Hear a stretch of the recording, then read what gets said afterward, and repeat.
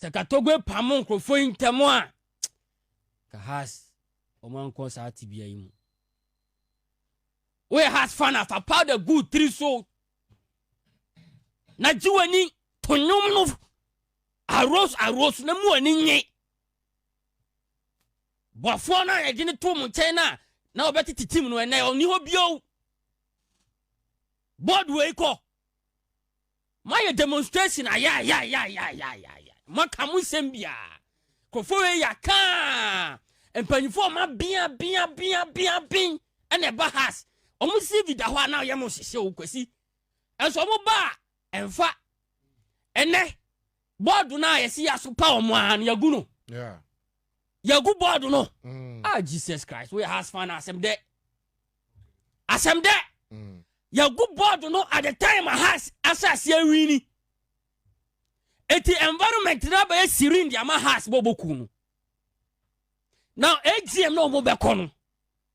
Afred ye ha omo wa wo ye shareholder bia no. Kone ko kan wasem. Yeah. Supporters na ye demonstration no ebinum ye shareholders. Yeah. Which means akwese team no to gba feel say omu shareholders no. But ene omuji petition ne kan ye no. Wo hu the need o say board we no ogu no. Now omu ko AGM no omu ko masem no omu san ko for me a new board. Azi they now can football business aspect. About Chelsea there no. Tenio we ye meto has. Omom beto e na wo board of directors no. And forming board any day-to-day running of House of Folk on behalf of the board of directors now or me shareholders no. And we no massa and supporters so omum pe omu. Na to gbe nim no feel say I can be this samba. We play major role e dia man wo po bi man. No saso kote board no this uncle for mu bi bad ya na ko no na o tajina kwantia. Can you emfa to gbe wo business bebrebe on fa we mu koye. Na has ne de eye supporters na eye. Tio empanifo ma be has o me successful no. Na nye se o nim dia no kosi esumbia keke football ni mo. Eye because no more allow the supporters not to operate the House of Folk as a club. E to me catch say empanifo mu dia mo all matches but ye ne kotokone has ni e be sia dia supporters ye dia ye ne ebo ye ne akire coach say ye say ampanyampan so be jai dia ma wo mu. Ate nene panifo we ni ho ye hunu banku bio players yi obi ani beje obi a contract dia nipa woni ni bedi common ye nya wote football ase ye kan tire coach say player we enfane mo na ne contract no so won renew sa sensem na bi si bio ye ton supporters ni bio na wajo obi akwan se you say supporters na call ya che yeah se board members no omu hi omu biem for the first time Togbe tie omu ama we Desolved board no se nyame adoma next month on be call a AGM na AGM hono and House of Folk ebe form new board members are on be share has for now there statement I buy and House board dissolved. Thanks you to your dedicated outgoing board members omo do say omayebi omo yenka to munyi be na we boa omayebi by the supporters and the panel for the first time Togbe etiom yeni nkomo kakra akosi asam no de ne kana na waka no pepe obia o follow House of Folk just recently concerned supporters demonstration no obia o follow ye bia no ebedi dance say reforms no me call ye no na sem bi say board no Togbe won dissolve no omuko AGM a omu forming new board e kire say demonstration no mko ye no emfa so ba ko timi abaso because it was part of and some no muka yenim say Togbe reforms so mo hwe nim say bibesi no baako anyway and I think say it was a good cause akosi board we na ba ye no dodo na no abeye border emu bi abeye a little bit problematic and ama some of the supporters because ebinum utterances and mass supporters no connect na also many board ni nya no emma. And it happens there. The club also belongs to the supporters. And some of my supporters, involve you into the club no day-to-day activities. Make sure say are their supporters in the panel obey am. And because now, say Togbe at supporters Then some more can say board no Togbe go no yempe we ye hia no ma we nko ejam no manemra. I think say a good thing Togbe timi aye osi anyina no etimbo Togbe na baso meme de a good thing because just recently the concerned supporters demonstration ko no na eno ayo major priority say esem say Togbe board no go no ye ko ejama from board for. And I think say it's a good thing. A very, very good thing. Another reform says, me say as time goes in, baby so. But for now, the main one, ne woman, ne board no. So to go emuno no. At the end of the day, so to go etie, ne to go guna. So we say ya, I can be say, the supporters are also part of the team. You listen to them. Say has boboa, sebio. Togbe nkwane na yere en na busuafo entimi nko stadium wo ma. You invite the supporters on momra. The supporters will be invited on momra dia. Aden no mo akoma so ade, omo apede, ade omo pe no wonya mo. So I think say it's a good thing na Togbe timi aye for listening to these supporters. Prince Memo Togbe abaso. Say at least for once what your supporters. Say what yes ana.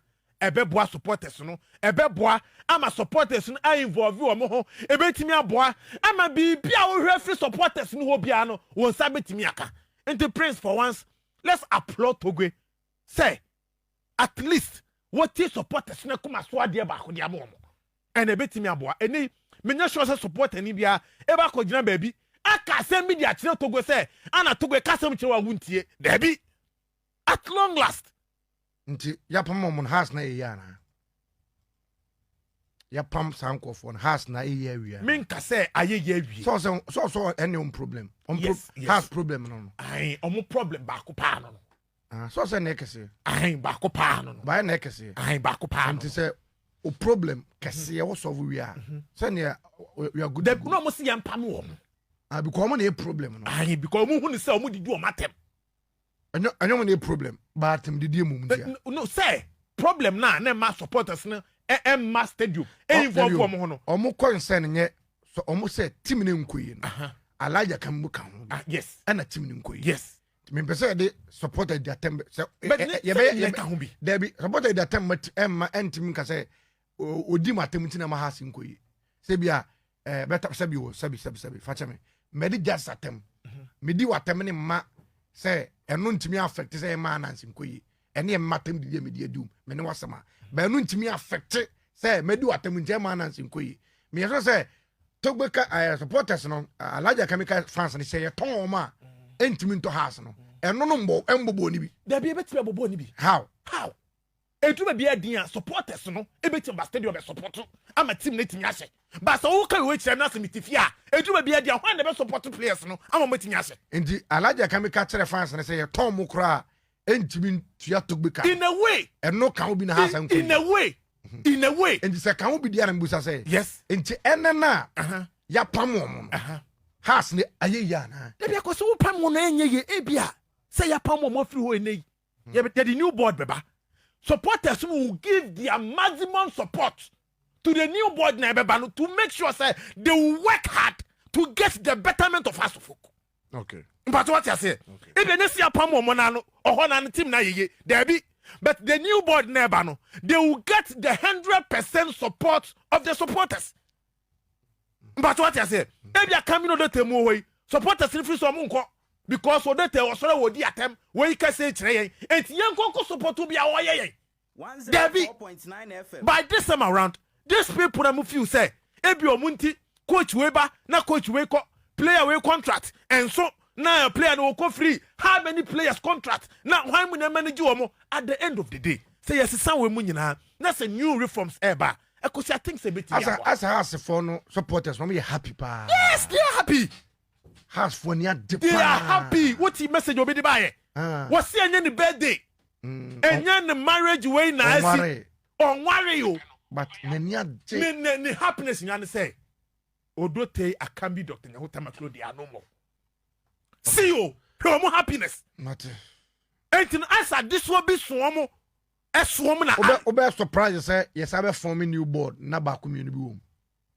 Come be because say board near dissolved board na nyu mo nko a Debi na manfo ka ho yes enya alaja kamini odotoyi ne nya wo nko a yes bi mu ka ho yes will you be surprised say you be form new board na alaji to nyawo ene akambi eno odotoyi na 1-2 bi wom ebe me won so mo sabe ko new board no so ebe me won pedi supporters na eche Togbe no say Togbe sad wo mesema because ebe me won also sometimes football club no say oh yeah like me can say cry say like obi ko on na ebima be abeto so on entirely no untimi empam nyina once because omo na wo omo na alle foundation inti alle so beja 1-2 bi wo na omo ma leadi new ones na ba no amma hu how ade ne te because wo jom nyina akwan a new ones no omo ye fufra mo inti even say football team kwa ton a on say yampa o ka Chelsea a yampa mu nyina once Bruce back eko kakra later na Peter Check ebe ko ye on kakran ntilai enemu sa na wuyo mu frum na omo ba no so wurem tu enna ama no say wan hwe ya na especially can be only the my project what come ka be me wa oh what can be asa ko si se Togbe mu da ko kra ka ma ka be me wa oh sa mo mi san de omo mi san de se Togbe ma ba ko kra ka mu kra ka be me